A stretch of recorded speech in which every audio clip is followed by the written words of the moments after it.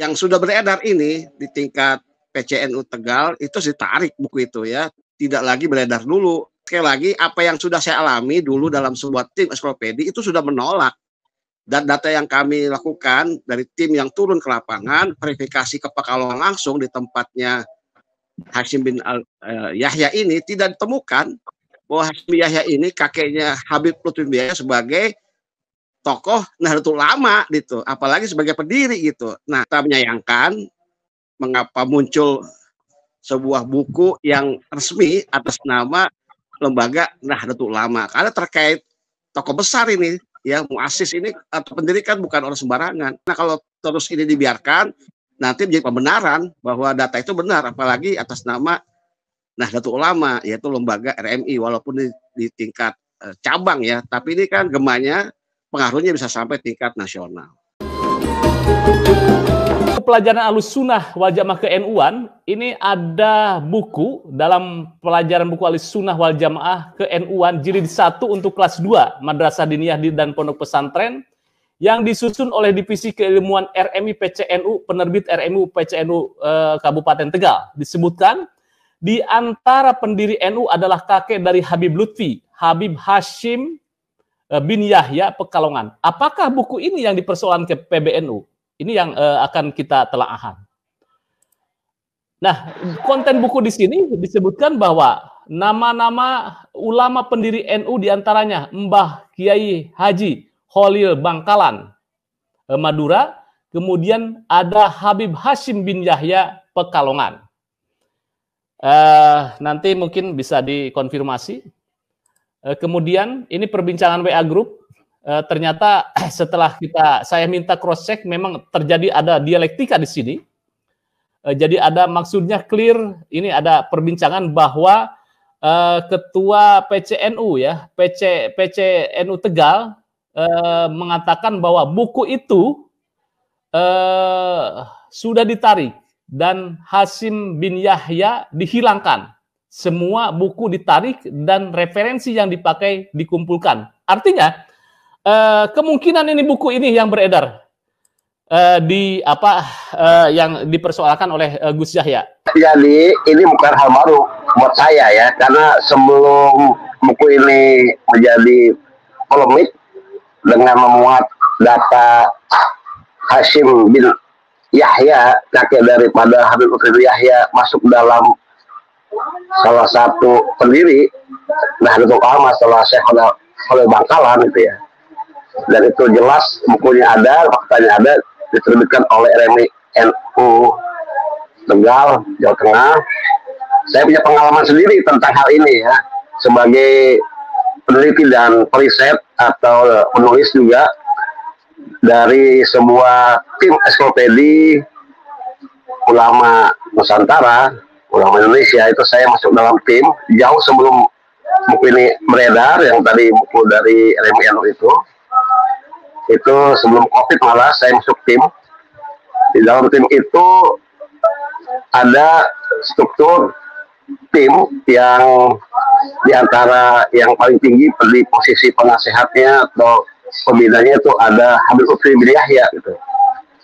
Nah, itu ada keinginan beliau untuk meminta atau menyarankan memasukkan nama kakeknya Hasyim bin Yahya sebagai salah satu ulama dalam ensiklopedi ini. Nah, kemudian juga diminta atau diusulkan oleh beliau agar kakeknya itu dijelaskan sebagai pendiri NU di dalam buku ensiklopedi ini gitu. Nah, ini editornya ada 2 orang kawan saya, dan 2 orang ini Habib juga dari kalangan bin Yahya ya. 2 orang ini itu melakukan verifikasi langsung ke Pekalongan, melakukan riset, karena ini memang ensiklopedi ini bukan sembarangan ensiklopedi yang betul-betul dipertanggungjawabkan tentang validitas daripada datanya gitu ya. Dan tim ini memang tim orang-orang yang sudah terbiasa melakukan riset atau penelitian serta penulisan tentang profil tokoh Islam atau ulama Islam di Nusantara. Orang-orang yang terbiasa lah ya, termasuk saya juga pernah melakukan riset tentang ulama tokoh Islam di Betawi khususnya. Nah itu ketika ada informasi itu kita verifikasi juga ke lapangan langsung menanyakan di lingkungan Pekalongan tempatnya yang dikatakan sebagai wilayah di mana Hasyim bin Yahya ini berkiprah gitu, lahir kemudian berkiprah di situ. Ternyata dari hasil verifikasi 2 Habib ini yang merupakan tim dari kami itu tidak ditemukan data apapun bahwa Hasyim bin Yahya ini adalah tokoh NU di masanya begitu.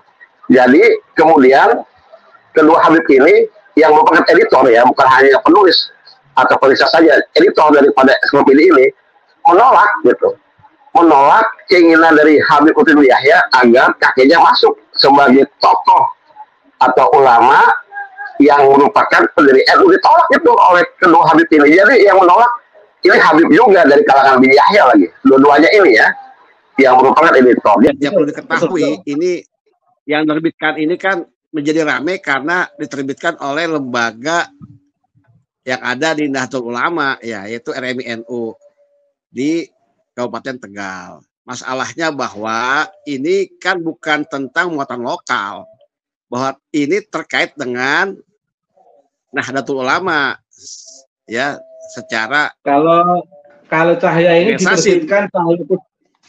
diterbitkan ini kalau Cahaya Nusantara ini kan muncul ini sudah ada nih, dan ini kan istilahnya tidak mewakili lembaga Nahdlatul Ulama, itu kan riset atas nama lembaga lain ya, bukan Nahdlatul Ulama. Tapi kalau ini sudah membawa Nahdlatul Ulama, walaupun itu adalah di tingkat kabupaten, di PCNU misalnya, di RMI NU Tegal, ini masalahnya berdampak pada organisasi NU secara keseluruhan.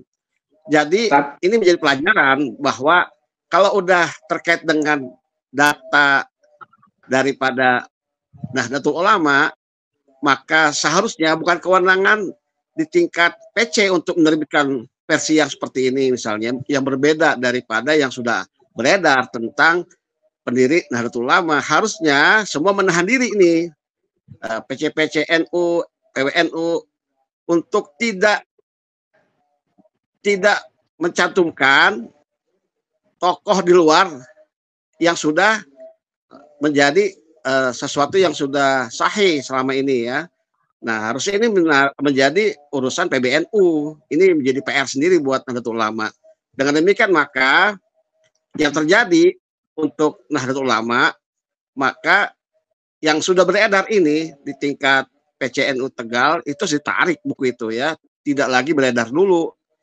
Sampai kemudian lakukan riset ulang apakah betul Hasyim bin Yahya ini adalah seorang pendiri daripada Nahdlatul Ulama. Nah, ini harus riset ulang ini, karena sekali lagi apa yang sudah saya alami dulu dalam sebuah tim ensiklopedia itu sudah menolak.